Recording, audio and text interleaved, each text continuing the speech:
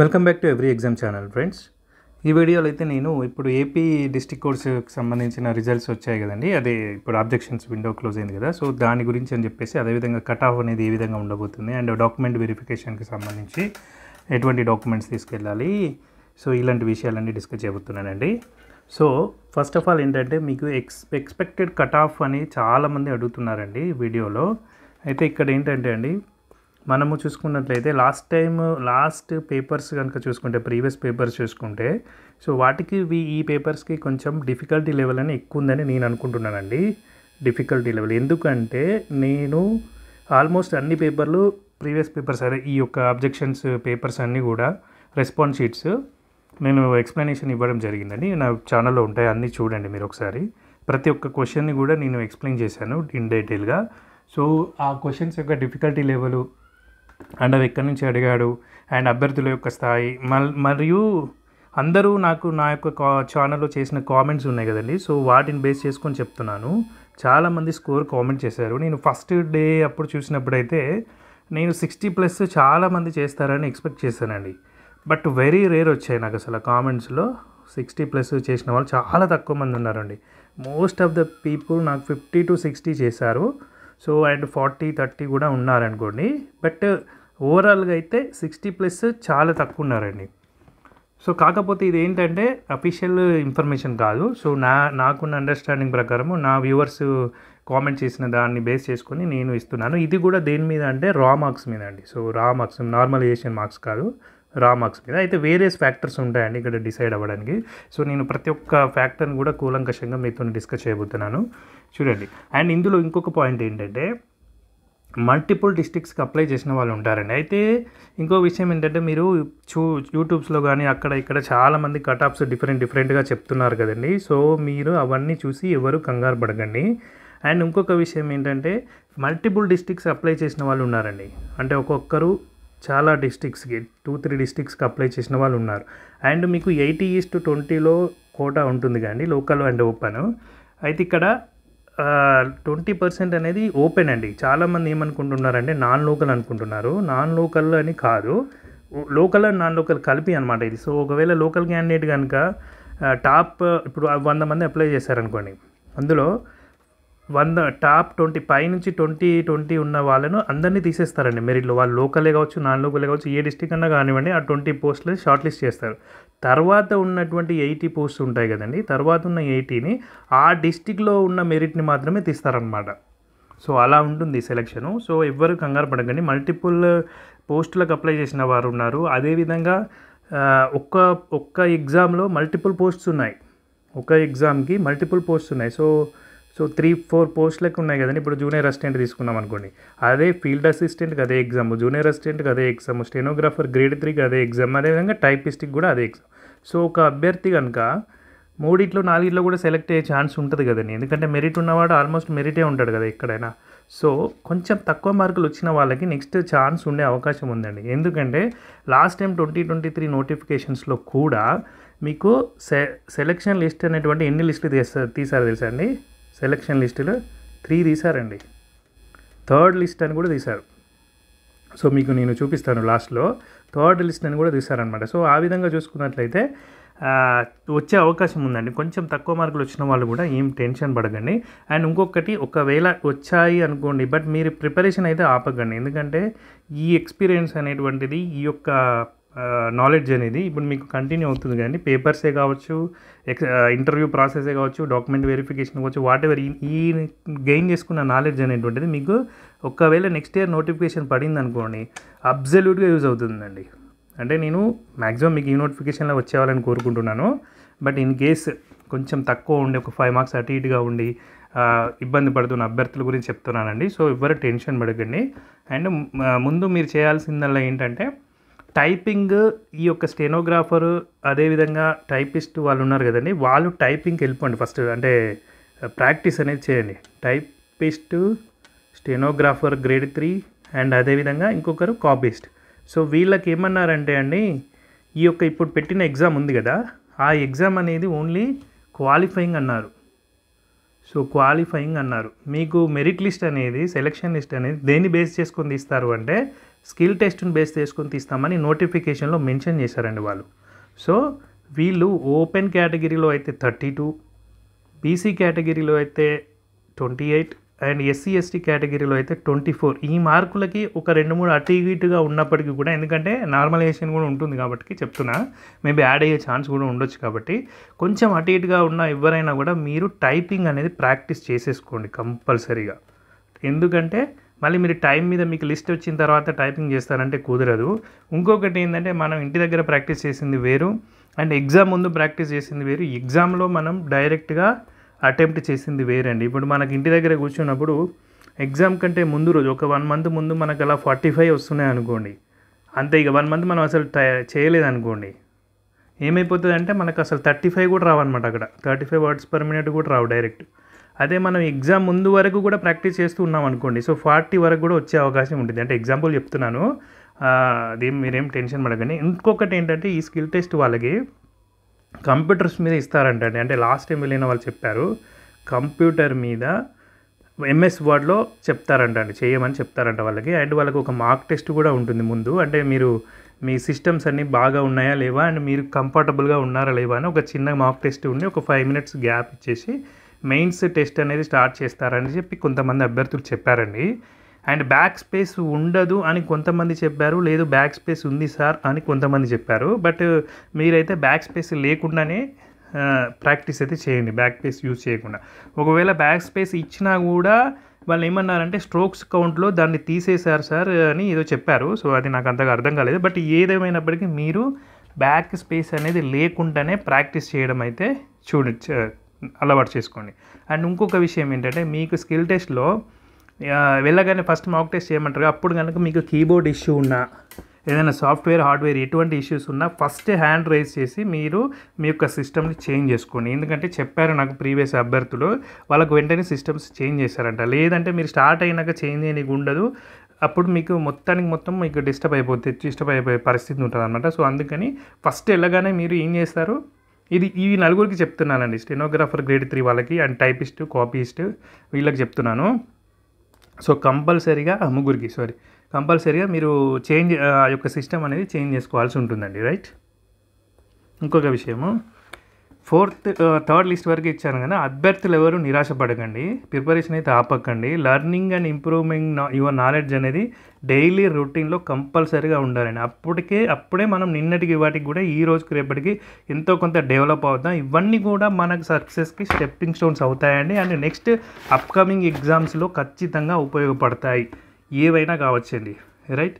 So నాకున్న information ప్రకారం అయితే ఈ junior assistant, field assistant, stenographer grade 3, typist వీటన్నిటికీ ఒక కామన్ ఎగ్జామ్ అయితే పెట్టారు కదండి. సో ఈ కామన్ ఎగ్జాము ఎన్ని షిఫ్ట్లలో పెట్టారండి? 7 షిఫ్ట్లలో పెట్టారు, రైట్. 7 షిఫ్ట్స్. అండ్ దీనికి దాదాపుగా 150,000 మంది రాసినట్టుగా నా దగ్గర ఉన్న సమాచారం ప్రకారం అండి. ఇది మేబీ రాంగ్ కూడా అయ్యి ఉండొచ్చు, బట్ నాకున్న ఇన్ఫర్మేషన్ ప్రకారం చెప్తున్నాను. అండ్ అదేవిధంగా office subordinate, process server and driver ఈ యొక్క పోస్టులకి 6 షిఫ్ట్లలో ఎగ్జామ్ జరిగిందండి. 6 షిఫ్ట్లో జరిగింది, 6 షిఫ్ట్. అండ్ రాసినటువంటి అభ్యర్థులు దగ్గర 1,00,000 అభ్యర్థులు రాశారండి. సెకండ్ ఇది office subordinate, process server and driver. And next ఇంకొకటి examiner, record assistant, copyist. So examiner, record assistant, copyist దీనికి సంబంధించి 40,000 మంది రాశారండి దగ్గర. సో 2 షిఫ్ట్లలో జరిగాయండి. సో మీకున్న వేకెన్సీస్, మీరు అప్లై చేసిన డిస్ట్రిక్ట్, ఈ యొక్క కాంపిటీషన్ ప్రకారం కూడా మీకు ఒక చిన్న ఐడియా వస్తుందని చెప్పేసి జస్ట్ ఈ ఫిగర్స్ అనేటువంటి చెప్తున్నాను. అండ్ ఇది చెప్పాను కదండి, టైపిస్ట్, కాపీస్ట్, స్టెనోగ్రాఫర్ వాళ్ళు ఖచ్చితంగా ఇది టైపింగ్ అయితే ప్రాక్టీస్ చేసుకోండి. ఒక 4-5 మార్క్స్ అటు ఇటు ఉండగా మీరు పర్వాలేదండి, ఎందుకంటే నార్మలైజేషన్ కూడా ఉంటుంది కాబట్టి తెలియదు. మళ్ళీ మీకు 1 monthలో కూడా వీళ్ళు ఇచ్చేయచ్చు, ఈ లిస్ట్ అనేటువంటిది ఇచ్చేయచ్చు. సో అందువల్ల మీరు రెడీగా లేరనుకోండి, తర్వాత మీకు చాలా ప్రాబ్లం అవుతుంది. అండ్ మీకు ఒకవేళ ఈ యొక్క టెస్ట్కి ఇప్పుడు 1 month 2 months కూర్చొని ప్రాక్టీస్ చేశారనుకోండి, ఇప్పుడు రేపు మీకు ఏ ఎగ్జామ్ ఉన్నా కూడా, ఈవెన్ ఇప్పుడు ఎస్బీటెట్ వాళ్ళు కావచ్చు, వాళ్ళకైనా దేనికైనా పనికి వస్తుందండి. ఎటైతే ఈ సర్టిఫికేట్ సంపాదించుకోవడానికైనా పనికి వస్తుంది, లేకుంటే మిగతా ఎగ్జామ్లోనైనా పనికి వస్తుంది. కాబట్టి దయచేసి మీరు ఈ 3 ఎగ్జామ్లలో వారు మాత్రం టైపింగ్ అనేది స్టార్ట్ చేయండి. అండ్ మీరు ర్యాంక్ మిత్రాలో కూడా చాలామంది వెబ్సైట్లో చెక్ చేసుకుంటున్నారు కదండి, అది బాగానే ఉంటుందండి. కాకపోతే ర్యాంక్ మిత్రాలో ఏంటంటే లిమిటేషన్స్ ఉంటాయండి. లిమిటేషన్ అంటే ఎందుకు అంటున్నానంటే, ఇందులో వచ్చే ర్యాంకు అంటే రఫ్ ఐడియా వస్తుంది మీకు ఖచ్చితంగా. ఒక రఫ్ ఐడియా అనేది వస్తుంది. ఎందుకు అంటే ఇందులో ఎంతమంది ఇప్పుడు ఒక 1000 మంది అప్లోడ్ చేశారనుకోండి, ఆ 1000 మందికి సంబంధించినటువంటి సర్వే బేస్ చేసుకొని మీకు కమ్యూనిటీ ర్యాంక్ కావచ్చు, ఇంకేదైనా ర్యాంక్ కావచ్చు, అది ఇస్తుందండి. సో ఆ లిమిటేషన్ ఉంటుంది. సో అందువల్ల మీరు అప్లోడ్ చేసుకొని పర్వాలేదు, దాంట్లో ప్రకారంగా ఒక రఫ్ ఐడియా అనేది చూసుకోవచ్చు మీరు, రైట్. లాస్ట్ టైం పేపర్స్ని ఇప్పటి పేపర్స్ని కనుక చూసుకున్నట్లయితే క్వశ్చన్స్ అడిగిన సరళి కొంచెం డిఫికల్టీగా ఉందని చెప్పొచ్చండి. ఇది నా పర్సనల్ అభిప్రాయము. సో కొంచెం మార్కులు తక్కువ వచ్చినా కూడా ఫీల్ అవ్వకండి. ఎందుకు అని అంటే నేను ఎక్స్పెక్ట్ చేసిన ఇప్పుడు తెలంగాణలో చూసుకున్నట్లయితే చాలా అంటే అక్కడి కట్ ఆఫ్కి ఇక్కడి కట్ ఆఫ్కి కొంచెం తక్కువ ఉండొచ్చు అని నేను అనుకుంటున్నాను. ఎందుకంటే పేపర్ అనేది చాలా డిఫికల్టీ వచ్చాయి. కొన్ని క్వశ్చన్స్ అయితే ఎట్లా వచ్చినాయంటే అదేంటి అసలు బ్లంట్ అనమాట, లైక్ డ్రై ఏరియా అంటారు కదా, డ్రై ఏరియా నుంచి అసలు అక్కడ నుంచి క్వశ్చన్స్ పట్టుకొచ్చి అడిగాడు. సర్వేలు, రిపోర్ట్స్ ఎక్కడెక్కడో ఉంటాయి అనమాట. అవి అసలు ఎవ్వరు కాన్సన్ట్రేట్ చేయరు. వాస్తవానికి అవంత ఇంపార్టెంట్ కూడా కాదు. బట్ సిలబస్లో ఏదో ఒక రకంగా కొన్ని టఫ్ క్వశ్చన్స్ ఉండాలని చెప్పి ఇచ్చాడు. బట్ అది ఆ యొక్క టఫ్ వెయిటేజ్ అనేటువంటిది కూడా కొంచెం హెవీగానే ఉందని నా యొక్క అభిప్రాయం అండి. ఎందుకంటే నేను చాలా పేపర్లు చేశాను, ఆ యొక్క ఉద్దేశంతో చెప్తున్నాను. ఒకవేళ మీరు నాతో ఏకీభవించకపోతే పర్లేదండి. బట్ ఎవరి ఐడియా ప్రకారం వాళ్ళు చెప్తా ఉన్నారు. ఏదేమైనప్పటికీ కూడా మీకు లాస్ట్ కట్ ఆఫ్ ఫిగర్ కానీ ఏదైనా కానీ మీకు నార్మలైజేషన్ అయిపోయిన తర్వాతనే తెలుస్తుందండి. బట్ ఇదైతే నా యొక్క అంచనా, రైట్. అయితే మళ్ళీ ఆబ్జెక్షన్స్ చేస్తుంటే చాలామందికి డ్రాప్ డౌన్ రాకపోవడం, వాళ్ళ ఎగ్జామ్ నేమ్ కనిపించకపోవడం అండ్ క్వశ్చన్ ఐడీస్ పాపులేట్ అవ్వకపోవడం, ఇలాంటి ఇష్యూస్ చాలానే వచ్చాయండి. అయితే కొంచెం దీన్ని ఆబ్జెక్షన్ విండోని ఎక్స్టెండ్ చేస్తే బాగుండేదని నేను అనుకున్నాను. నేను నిన్న మొన్న కొన్ని వీడియోస్ చేసిన దాంట్లో కూడా చాలామందికి ఇట్లాంటి ప్రాబ్లమ్స్ వస్తున్నాయి. నాకు మెసేజెస్ చేస్తున్నారు. మీరు ఫస్ట్ దానికి మెయిల్ చేయండి, అథారిటీస్కి మెయిల్ చేయండి అని చెప్పాను. చేస్తే చాలామంది మెయిల్ చేస్తే మీ యొక్క ఎర్రర్ స్క్రీన్ షాట్స్తో మెయిల్ చేయండి అని చెప్పాను నేను. అలా కనుక చేస్తే వాళ్ళు మీకు మన ఛాన్స్ ఇస్తారు అని చెప్పేసి నేను అనుకున్నాను. బట్ ఇప్పటికైతే ఎక్స్టెన్షన్ అయితే చేయలేదండి, వాళ్ళు చేస్తే బాగుండేది. అండ్ ఆబ్జెక్షన్ రేజ్ చేసేటప్పుడు చాలామందికి డౌట్స్ వచ్చాయండి. కొన్ని ఏంటంటే కొన్ని క్వశ్చన్స్ ఒక 2-3 క్వశ్చన్స్కి క్లారిటీ ఇస్తాను చూడండి. మల్టిపుల్ కరెక్ట్ ఆప్షన్స్ ఉన్నప్పుడు ఎలా సార్ మరి వాళ్ళు ఏమని ఇస్తారు, నేను ఆబ్జెక్షన్ రైజ్ చేయొచ్చా అని చెప్పారు. అయితే మల్టిపుల్ కరెక్ట్ ఆప్షన్స్ ఉన్నప్పుడు ఒక్కొక్కసారి ఏంటంటే 1 or 2, 1 పెట్టినా కరెక్టే, 2 పెట్టినా కరెక్టే అని చెప్పి కూడా మీకు కీ అనేది ఇవ్వచ్చు వాళ్ళు. సో అదొక ఆప్షన్ ఉంటుందండి. అండ్ కీ తప్పుగా ఇచ్చి కానీ మనం ఇంకో తప్పు ఆప్షన్ సెలెక్ట్ చేసుకున్నప్పుడు ఆబ్జెక్షన్ రైజ్ చేస్తే మన ఆబ్జెక్షన్ కన్సిడర్ అవుతుందా అండి అని అడిగారండి కొందరు. సో కన్సిడర్ అవుతుంది, కాకపోతే ఏమవుతుందంటే మీరు పెట్టిన 100 రూపీస్ మీకు రిఫండ్ వస్తాయి, ఎందుకంటే మీ ఆబ్జెక్షన్ కన్సిడర్ అయింది కాబట్టి. కానీ ఫైనల్ కీలో ఉన్న ఆప్షన్ మీరు పెట్టలేదు కాబట్టి మీకు మార్క్స్ ఏం రావు. కాకపోతే ఎవరైతే ఆ ఆప్షన్ సెలెక్ట్ చేసుకున్నారో వాళ్ళకి ప్లస్ అవుతుందండి, వాళ్ళకి బెనిఫిట్ అవుతుంది అనమాట. ఇతర అభ్యర్థులు ఎవరైతే ఆ ఆప్షన్ సెలెక్ట్ చేసుకున్నారో వాళ్ళకి బెనిఫిట్ అవుతుంది. మీ 100 రూపీస్ మీకే వస్తాయి కాబట్టి నో ఇష్యూ. సో ఇదనమాట. అండ్ ఫైనల్ కీలో ఆప్షన్ సెలెక్ట్ చేసుకునే వాళ్ళకి యాడ్ అవుతుంది. ఇంకొకటి అండి, చాలామంది direct speech and indirect speech అనేది అవుట్ ఆఫ్ సిలబస్లో ఉంది కదా సార్, రేస్ చేయొచ్చా అని చెప్పారు. నేను కామెంట్లను తెలియచేశాను. ఇది కొంచెం కంటెక్స్ట్ అనేది చాలా హెవీగా ఉంటుంది కాబట్టి అవుట్ ఆఫ్ సిలబస్ అని చెప్పలేమని చెప్పాను. ఎట్లా అంటే ఇప్పుడు ఫర్ ఎగ్జాంపుల్ వాళ్ళు ఇచ్చిన సిలబస్లో చూసుకుంటే క్లోజ్ టెస్ట్ అని ఉందండి, ఫిల్ ఇన్ ద బ్లాంక్స్ అంటారు కదా. క్లోజ్ టెస్ట్ కానివ్వండి, లేకపోతే సిలబస్ని బ్రాడ్ వ్యూలో చూడాలంటే ఇప్పుడు సెంటెన్స్ కంప్లీషన్ కావచ్చు, ఇలాంటివన్నిట్లో కూడా ఆ యొక్క డైరెక్ట్ స్పీచ్ ఇండైరెక్ట్ స్పీచ్ని వాళ్ళు ఇంక్లూడ్ చేశారనుకోండి, ఇండైరెక్ట్ స్పీచ్ని. సో మనం అక్కడ ఆప్షన్ అనేది మనం ఇచ్చిన ఆబ్జెక్షన్ అనేది కన్సిడర్ చేసి ఉండకపోవచ్చు అనేది నేను చెప్తున్నాను. కాకపోతే ఎవరికైనా మంచి ఆబ్జెక్షన్ రైజ్ చేసి అవుట్ ఆఫ్ సిలబస్ వాళ్ళు కన్సిడర్ చేశారనుకోండి, బెస్ట్ అండి, hope for the best. Marks add అయితే అందరికీ సంతోషమే, కానీ అంటే బ్రాడ్ వ్యూలో చెప్పాను నేను, అది అంత ఫీజిబుల్ కాదని నేను కామెంట్లలో కూడా చాలామందికి తెలియజేశాను. అండ్ ఇంకొక విషయం అండి, ఇక్కడ అవుట్ సోర్సింగ్ వాళ్ళ గురించి మాట్లాడుకుంటే అవుట్ సోర్సింగ్ కానీ కాంట్రాక్చువల్ కానీ డైలీ వేజర్స్ ఉంటారు కదా, డైలీ వేజ్ ఎర్నర్స్ కానీ, సో వాళ్ళకైతే అప్లికేషన్ విండో సపరేట్గా ఓపెన్ చేశారండి ఇప్పుడు ఈ యొక్క రిక్రూట్మెంట్ నోటిఫికేషన్ వచ్చినప్పుడు. అండ్ వాళ్ళకి ఇంకొక వెయిటేజ్ కూడా ఉందండి. ఏం వెయిటేజ్ ఉంది వాళ్ళకి ఏంటంటే 6 నెలలకి 1 మార్క్ అండి. వాళ్ళు సర్వీస్లో ఉండి, అంటే ఈ అప్లికేషన్ పడ్డ టైంకి వాళ్ళు సర్వీస్లో ఉండాలి. అండ్ 6 నెలలకి 1 మార్కు చొప్పున. సో 10 ఇయర్స్ వరకు, మ్యాక్సిమం 10 ఇయర్స్ వరకు కూడా వాళ్ళకు వెయిటేజ్ ఉందండి. 10 ఇయర్స్ అంటే 6 నెలలకు 1 మార్క్ అంటే 10 ఇయర్స్కి 20 మార్క్స్ అవుతాయండి. సో అందుకే మేబీ 80 మార్క్స్కి ఎగ్జామ్ కండక్ట్ చేశారేమో అని చెప్పేసి నేను అనుకుంటానండి, ఇది నా అభిప్రాయం మాత్రమే. సో ఫర్ ఎగ్జాంపుల్ ఒక అవుట్ సోర్సింగ్ క్యాండిడేట్కి 60 మార్క్స్ వచ్చాయనుకోండి, అతను ఒక 5 ఇయర్స్ సర్వీస్ ఉన్నదనుకోండి అతనికి, సో అతనికి ఆటోమేటిక్గా 70 మార్క్స్ వచ్చినట్టే.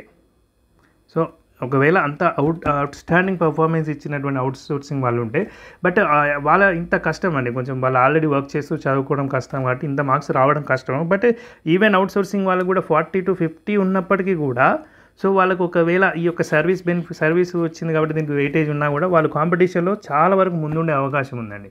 సో వాళ్ళు మ్యాక్సిమం 50 to 60 వస్తే మాత్రం వాళ్ళు హోప్స్ పెట్టుకోవచ్చండి, ఏది అవుట్సోర్సింగ్ కాంట్రాక్ట్స్ వాళ్ళు అనమాట. అండ్ ఇంకా నేను మళ్ళీ చెప్తున్నానండి, అభ్యర్థులు ఎవ్వరు కూడా ఈ యొక్క ప్రిపరేషన్ అనేది ఆపొద్దండి. ఎందుకంటే నెక్స్ట్ ఇయర్ మళ్ళీ నోటిఫికేషన్ పడే అవకాశం ఉందని తెలుస్తుందండి, మేబీ ఛాన్సెస్ అయితే ఉన్నాయి. సో ఈ ప్రిపరేషన్ అయితే ఖచ్చితంగా ఉపయోగపడుతుందండి. సో మీకు ఈ సెలెక్షన్ లిస్ట్లో రావాలని కోరుకుంటాను. But hope for the best అండి, all the best for all the aspirants. And ఇంకో విషయం ఏంటంటే, ఇప్పుడు తెలంగాణలో అయితే సింగిల్ ఎగ్జామ్ కండక్ట్ చేశారండి సింగిల్ పోస్ట్కి, కానీ అది కూడా సింగిల్ షిఫ్ట్లోనే జరిగింది. Single post, single exam, single shift. కానీ ఏపీలో అలా కదండి, మల్టిపుల్ పోస్ట్స్ ఉన్నాయి, మల్టిపుల్ షిఫ్ట్స్ ఉన్నాయి, మల్టిపుల్ పోస్టులు ఉన్నాయి, మల్టిపుల్ షిఫ్ట్స్ ఉన్నాయి. సో అందువల్ల ఏంటంటే మీకు ఛాన్స్ అనేది ఉంటుందండి, అంటే సెకండ్ లిస్టు, థర్డ్ లిస్టులో రావడానికి చాలా వరకు ఛాన్స్ అనేది ఉంటుందండి. సో ఎవరు కూడా నిరాశపడవద్దు. సో అదొక పాయింట్ అనమాట. అండ్ వేరే డిస్టిక్లోకి పెట్టిన వాళ్ళు ఉంటారు, ఓపెన్ మెరిట్లో కొట్టాలి, లేదంటే లోకల్ వాళ్ళు ఓపెన్ మెరిట్లో కొట్టినా కూడా ఛాన్స్ ఉంటుంది. లోకల్ 80% అండ్ ఓపెన్ 20%, ఇందాక చెప్పాను కదండి. సో ఆ విధంగా మీకు సెకండ్ లిస్ట్లో కానీ థర్డ్ లిస్ట్లో కానీ ఛాన్స్ వచ్చే అవకాశం కూడా ఉంటుంది. కాబట్టి కొంచెం ఒక 5 మార్క్స్ అటు ఇటుగా ఉన్న వాళ్ళు నిరాశపడవద్దు. అండ్ 60+ వచ్చిన వాళ్ళైతే చాలా తక్కువ ఉన్నారు కాబట్టి వాళ్ళు హోప్స్ పెట్టుకోవచ్చు. అవుట్సోర్సింగ్లో ఉండి 60+ వస్తే వాళ్ళకి ఇంకా బెటర్ ఛాన్సెస్ ఉంటాయి. అండ్ నేను అనుకోవడం 55 to 60 కట్ ఆఫ్ ఉంటుందని నేను అనుకుంటున్నానండి, నార్మల్గా అన్ని పోస్టులకి. కొంచెం అటు ఇటుగా ఇవి రాస్ కోర్సు మీద అనాలిసిస్ అనమాట. ఇది రాస్ కోర్స్, ఇప్పుడు వచ్చినటువంటి రాస్ కోర్స్ మీద. సో అన్ని షిఫ్ట్స్ డిఫికల్టీ వరకు చూసుకున్నట్లయితే మోడరేట్ టు టఫ్గానే ఉన్నాయండి. 1-2 షిఫ్ట్లు తప్ప మిగతా అన్నీ కూడా మోడరేట్ టు టఫ్ అనే నాకు అనిపించిందండి. అండ్ నార్మలైజేషన్ బెనిఫిట్ కూడా అందరికీ ఈక్వల్గానే ఉంటుంది అనుకుంటానండి. ఒకవేళ యాడ్ అయినా కూడా బెనిఫిట్ అనేది దాదాపుగా అందరికీ సేమ్గానే ఉంటుంది. ఒక 1 or 2 or 5 మార్క్స్ అలా యాడ్ అయినా, 1-2 షిఫ్ట్స్ ఈజీగా ఉన్న వాళ్ళకి కొంచెం యాడ్ అవ్వకపోవచ్చు. మరీ టఫ్గా ఉండి ఒక షిఫ్ట్ ఉండొచ్చండి, ఎంతకు మించి అయితే ఉండదు అన్నిట్లలో. సో వాళ్ళకి ఏమన్నా బెనిఫిట్ అయితే ఉండవచ్చు. సో అన్ని కేటగిరీస్లలో ఉన్నవారు, అంటే వర్టికల్ రిజర్వేషన్ ఉన్నవారు బీసీ, ఎస్సీ, ఈడబ్ల్యూఎస్ ఉంటారు కదా. సో వాళ్ళు ఒక 5 మార్కులు అటు ఇటుగా ఎక్స్పెక్ట్ చేయొచ్చు, కొంచెం తక్కువ చేసుకోవచ్చు. సో 5 మార్క్స్, ఇప్పుడు నేను చెప్పిన మా కట్ ఆఫ్ కంటే ఒక 5 మార్క్స్కు, లేకుంటే 4 or 5 మార్క్స్కి మైనస్ చేసుకొని వాళ్ళ కట్ ఆఫ్ని ఎక్స్పెక్ట్ చేసుకోవచ్చండి. అండ్ ఇంకో విషయం ఏంటంటే, ఉమెన్కి 33.5 హారిజాంటల్ రిజర్వేషన్ ఉందండి, రైట్. 33.5% హారిజాంటల్ రిజర్వేషన్ ఉంది. అండ్ హారిజాంటల్ రిజర్వేషన్లో ఇంకెవరెవరు వస్తారండి? ఎక్స్ సర్వీస్ మెన్ వస్తారు, అండ్ పీడబ్ల్యూడీ వాళ్ళు వస్తారు, persons with bench mark disabilities వస్తారు, ఇంకా స్పోర్ట్స్ కోటా వాళ్ళు వస్తారు, అండ్ మహిళలు వస్తారు, ఉమెన్ వస్తారు. సో వీళ్ళు హారిజాంటల్లో వస్తారు. అండ్ వర్టికల్ రిజర్వేషన్లో ఎవరు వస్తారండి? ఎస్సీ, ఎస్టీ, బీసీ, ఈడబ్ల్యూఎస్, ఇదంతా వర్టికల్ రిజర్వేషన్లో వస్తారు. సో వీళ్ళకి 33% ఉంది కాబట్టి ఉమెన్కి తక్కువ కాంపిటీషన్ ఉంటుంది కదండి అని చెప్పి అనుకోవచ్చు. కానీ అంటే నేను చూసినంత వరకు అయితే నా ఛానల్లో వచ్చిన కామెంట్లలో కానీ, నాకున్న వ్యూవర్స్లో కానీ ఎక్కువ మంది ఉమెనే ఉన్నట్టుగా నాకు అనిపించిందండి. సో లేడీసే ఎక్కువ కాంపిటీషన్ కొంచెం గట్టిగానే ఉన్నట్టు అనిపించింది. అంటే మీరేమో ఇది కాకపోతే ఏంటంటే, మీకు జనరల్లో ఇప్పుడు 33% కాకుండా మిగతా పోస్టులలో కూడా మెన్ అండ్ ఉమెన్ కాంపీట్ చేయొచ్చండి. సో అక్కడ మీకు ఒక ఎడ్జ్ ఉంటుంది ఉమెన్కి. సో మిగతా పోస్టులో కూడా మెన్ అండ్ ఉమెన్ కంపీట్ చేయొచ్చు. బట్ వాళ్ళకున్న హారిజాంటల్ రిజర్వేషన్లో 33.5లో మట్టుకి ఎక్స్క్లూజివ్గా ఉమెనే ఉండాలి. బట్ ఏంటంటే ప్రతి డిస్టిక్లో కూడా ఉమెన్ ఈ యొక్క పర్సంటేజెస్లో ఈ యొక్క 33 హారిజాంటల్ రిజర్వేషన్లో చాలామంది ఉన్నట్టుగానైతే నాకు అనిపించిందండి. ఇది నా యొక్క ఇదనమాట. దీనికి ఎక్సెప్షన్ కూడా ఉండొచ్చు. కొంతమంది అమ్మాయిలు ఓపెన్లో ఉండి హైయెస్ట్ మార్క్స్ కొట్టారనుకోండి, వాళ్ళకి ఇంకా ఇది ఎడ్జ్ అవుతుంది. ఇది 33.5 రిజర్వేషన్ అనేది ఇంకా ఎడ్జ్ అవుతుంది, అంటే ప్లస్ అవుతుంది అనమాట. అండ్ వీళ్ళకి ఈ హారిజాంటల్ రిజర్వేషన్లో ఉన్న మిగతా వాళ్ళకి, అంటే ఉమెన్కి కూడా నేను ఒక +10 -10 అటు ఇటుగా ఉంటుందని చెప్పాలనుకున్నానండి. బట్ లేదండి, అలా ఉండకపోవచ్చు. ఎందుకంటే ఆ కాంపిటీషన్ అనేది హెవీగానే ఉంది. సో వాళ్ళు నార్మల్ ర్యాంక్ దానిలాగానే ట్రీట్ అవ్వండి. కాకపోతే ఈఎస్ఎం వాళ్ళకు మాత్రం, అండ్ స్పోర్ట్స్ పర్సన్కి మాత్రం, అండ్ అదేవిధంగా పీడబ్ల్యూడి వాళ్ళకైతే ఇంకా కొంచెం కట్ ఆఫ్ తగ్గుతుందండి. అదేవిధంగా స్పోర్ట్స్ పర్సన్స్ అండ్ ఈఎస్ఎం వీళ్ళకి కూడా ఒక ప్లస్ ఆర్ -10 అంటే ఒక 10 మార్క్స్కి ఇంకా మైనస్ చేసుకోండి. సో ఆ విధంగా వీళ్ళకి ఒక కట్ ఆఫ్ ఉండే అయితే అవకాశం ఉంటుందండి. ఇక స్కిల్ టెస్ట్ ఉన్న వాళ్ళైతే కంప్యూటర్స్ పైన ఎంఎస్ వర్డ్లను కనెక్ట్ చేస్తారని చెప్పారండి. సో ఎంఎస్ వర్డ్ మీదనే మీరు ఈ యొక్క ప్రాక్టీస్ అనేది చేయాల్సి ఉంటుందండి. ఇండివిజువల్ నోటిఫికేషన్లో క్లియర్గా ఇచ్చారండి. ఏమని? మీకు క్వాలిఫికేషనే అని. ఇంకొకటి ఏంటంటే లింగ్విస్టిక్ ఇది కూడా ఉండాలండి. లింగ్విస్టిక్ క్వాలిఫికేషన్ అయితే ఉండాలి. ప్రతి డిస్టిక్కి ఏ భాష వచ్చి ఉండాలి అనేది వాళ్ళు ఆల్రెడీ మెన్షన్ చేశారు. సో మ్యాక్సిమం అన్నిట్లో తెలుగు ఉంది. సో కొన్నిట్లో ఒక తమిళనాడు, కర్ణాటక అండ్ ఒరియా కూడా కొన్నిట్లో ఉంది. సో ఆ లాంగ్వేజ్ రావాలి అని చెప్పేసి ఇప్పుడు తెలుగు, ఒరియా ఉందనుకోండి. సో ఈ 2 రావాలి అనే వాళ్ళనే ఫస్ట్ ప్రిఫరెన్స్ తీసుకుంటారని తెలిసిందండి. ఒకవేళ రాకపోతే అప్పుడు తెలుగు వాళ్ళని తీసుకుంటారని చెప్పేసి చెప్పారండి. బట్ అది పెద్ద మ్యాటర్ కాదు. అంత హెవీ కాంపిటీషన్ ఉండకపోవచ్చు అక్కడ. ఎగ్జాంపుల్ చెప్తున్నాను. సో అదొకటండి.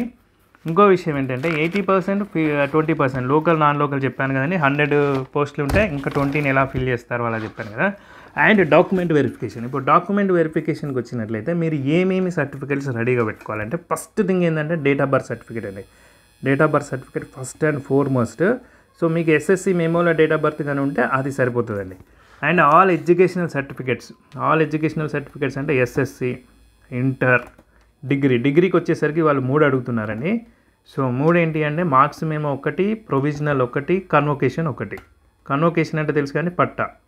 సో ఈ 3 ఈవెన్ పీజీ వాళ్ళకు కూడా సేమ్ అండి. ఆ 3 కంపల్సరీ. ప్రొవిజనల్, మార్క్స్ మెమో, అదేవిధంగా కన్వొకేషన్. సో ఈ 3 కూడా రెడీగా పెట్టుకోండి అందరూ. అండ్ కమ్యూనిటీ సర్టిఫికేట్స్, ఎవరి కమ్యూనిటీ సర్టిఫికేట్ వాళ్ళు. ఎస్సీ, ఎస్టీ, బీసీ, ఈడబ్ల్యూఎస్, అదేవిధంగా పీడబ్ల్యూ వాళ్ళు, sports persons and ESM ex service man వీళ్ళందరూ కూడా వాళ్ళ సర్టిఫికేట్స్ అన్ని రెడీగా పెట్టుకోండి. అయితే బీసీ వాళ్ళు నాన్ క్రీమీ సర్టిఫికేట్ అనేది పెట్టుకోవాలండి కంపల్సరీ. బీసీ వాళ్ళు నాన్ క్రీమీ, ఇప్పుడు లా ప్రకారం వాళ్ళు నాన్ క్రీమీ లేయర్ సర్టిఫికేట్ అడిగారండి. సో అది పెట్టుకోవాలి. అండ్ ఓబీసీ సర్టిఫికేట్ అనేది నాట్ వ్యాలిడ్ అండి. OBC certificate central government format కదా, ఇది నాట్ వ్యాలిడ్. అయితే బీసీ వాళ్ళు కనుక ఒకవేళ ఓపెన్ క్యాడర్లో కొట్టారనుకోండి, ఓపెన్ మెరిట్లో కొట్టారనుకోండి, సో అప్పుడు వాళ్ళకు నాన్ క్రీమీ లేయర్ సర్టిఫికేట్ వాళ్ళు అడగకపోవచ్చు అండి.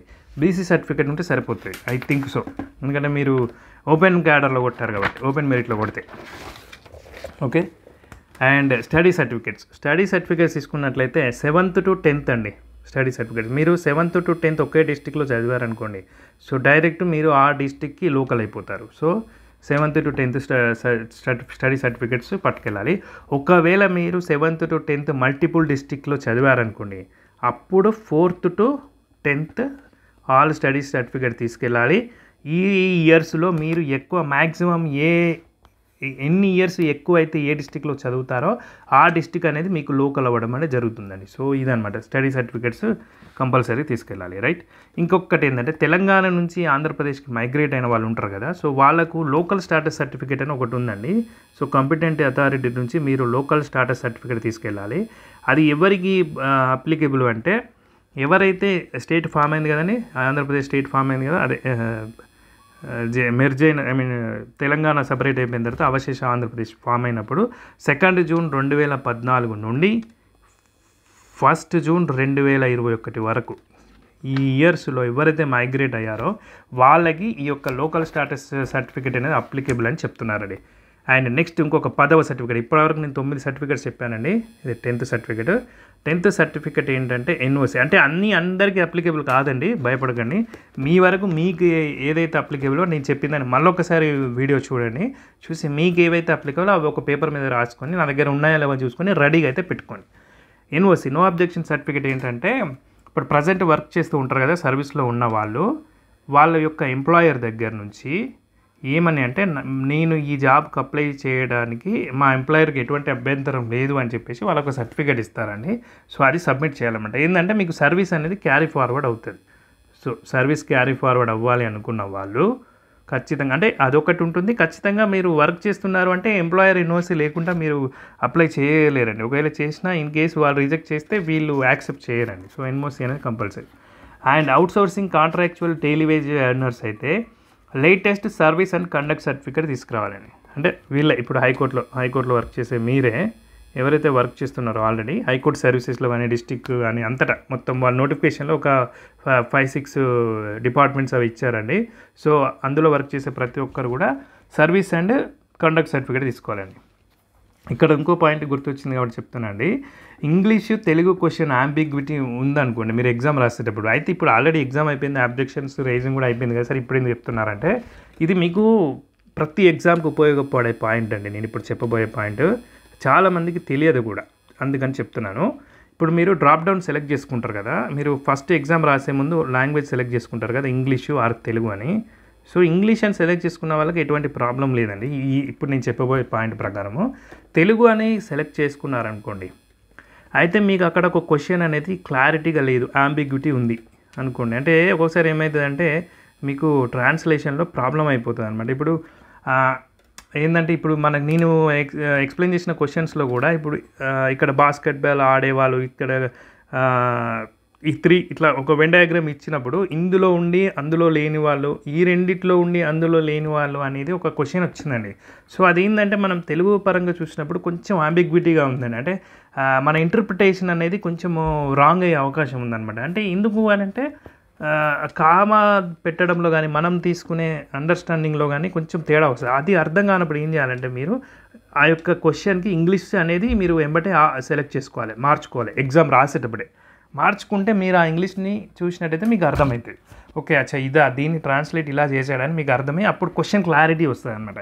అండ్ ఎగ్జామినేషన్ వాళ్ళు కూడా ఇట్లాంటి అంబిగ్విటీ ఉన్నప్పుడు ఇంగ్లీష్లో ఉన్న క్వశ్చన్నే మేము కన్సిడర్ చేస్తాము తెలుగులో అని చెప్పారండి. సో అప్పుడు ఒకవేళ తెలుగు ఇంగ్లీష్కి అంబిగ్విటీ ఉంటే తెలుగుది చేయరండి. ఒకవేళ తెలుగు దాని ప్రకారం మీకు ఇంటర్ప్రిటేషన్ రాంగ్ వచ్చినప్పటికీ కూడా మార్క్ పోతుందండి.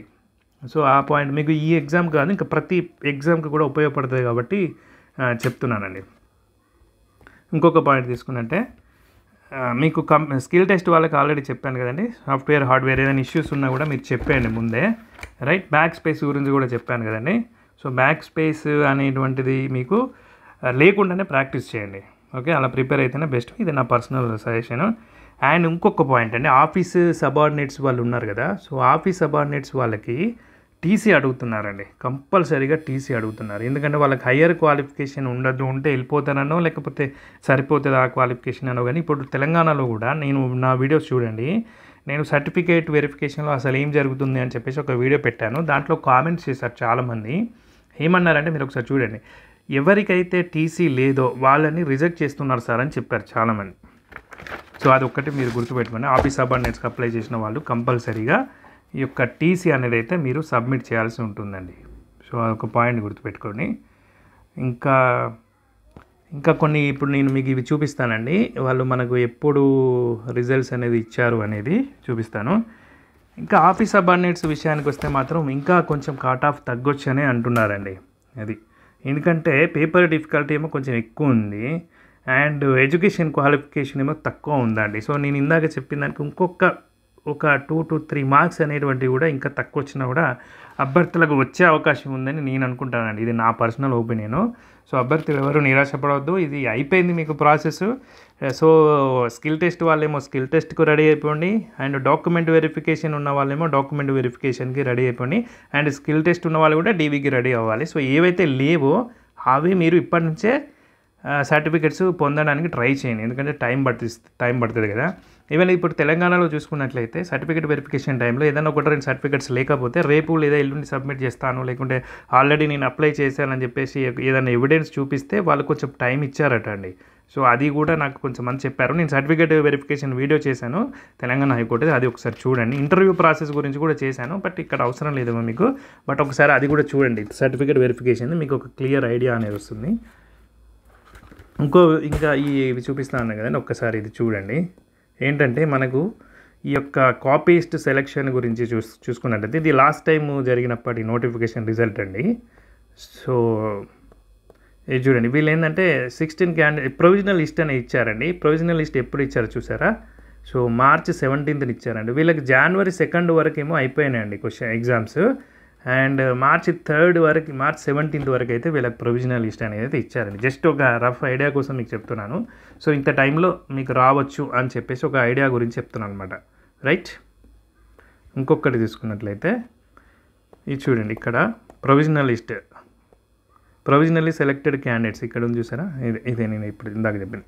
Provisionally selected candidates for the post of typist, copyist, ఇక్కడ చూసుకున్నట్లయితే డ్రైవర్, ఈ విధంగా ఇచ్చారనమాట.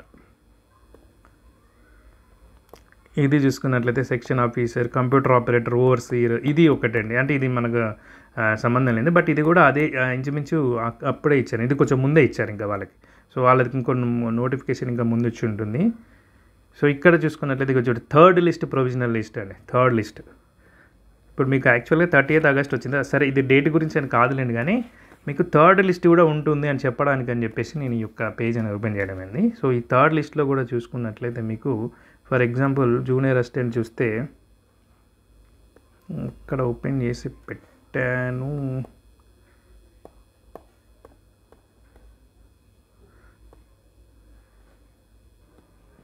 చూడండి ఇక్కడ థర్డ్ లిస్ట్. ఇక్కడ చూసుకున్నట్లయితే OC1 ఉమెన్ ఇక్కడ 61.58 కట్ ఆఫ్ అండి. అండ్ హియరింగ్ ఇంపైర్లో అయితే 38.39 కట్ ఆఫ్. అదేవిధంగా నెక్స్ట్ 01 లోకోమోటివ్ EWS 2లో అయితే 57.25 కట్ ఆఫ్. చూడండి ఇక్కడ 61 పాయింట్ ఇది. అండ్ BCBలో 57.39. అంటే ఇవి లాస్ట్ కట్ ఆఫ్స్ అండి, జస్ట్ ఒక ఐడియా కోసం చెప్తున్నాను. SC2 general 61.57, 60.96. ఇవి నార్మలైజేషన్ అయిపోయిన తర్వాత స్కోర్స్ అండి. 56.50 ST1. సో ఈ విధంగా అండి, సో ఈ విధంగా ఈ యొక్క కట్ ఆఫ్స్ అనేటువంటి లాస్ట్ టైం ఉండడం జరిగిందండి. సో ఇదండి, దట్స్ ఇట్ అండి. So all the best friends మీ అందరికి కూడా. ఎవరైతే వెయిట్ చేస్తున్నారో డాక్యుమెంట్ వెరిఫికేషన్కి కూడా రెడీ చేసుకోండి, అండ్ స్కిల్ టెస్ట్కి కూడా మంచిగా ప్రిపేర్ అవ్వండి. All the best, keep preparing. One day you will definitely cherish the moment of success. That's the end of the video friends. మీకు కనుక ఈ వీడియో నచ్చినట్లయితే ఒక లైక్ చేయండి, చేశారా? అదేవిధంగా మీ యొక్క ఫ్రెండ్స్కి ఎవరికైతే యూజ్ ఉంటుందో వాళ్ళకి షేర్ చేయండి. అండ్ కొత్త జాబ్ నోటిఫికేషన్స్ కోసం వెయిట్ చేస్తున్న ప్రతి ఒక్కరూ సబ్స్క్రైబ్ చేసుకొని బెల్ ఐకాన్ క్లిక్ చేయండి, జాబ్ అప్డేట్స్ అందుతాయి. అండ్ అదేవిధంగా టెలిగ్రామ్ గ్రూప్స్లో, వాట్సాప్ ఛానల్లో కూడా జాయిన్ అవ్వండి. సో జాబ్ అప్డేట్స్ పొందండి. Thank you friends.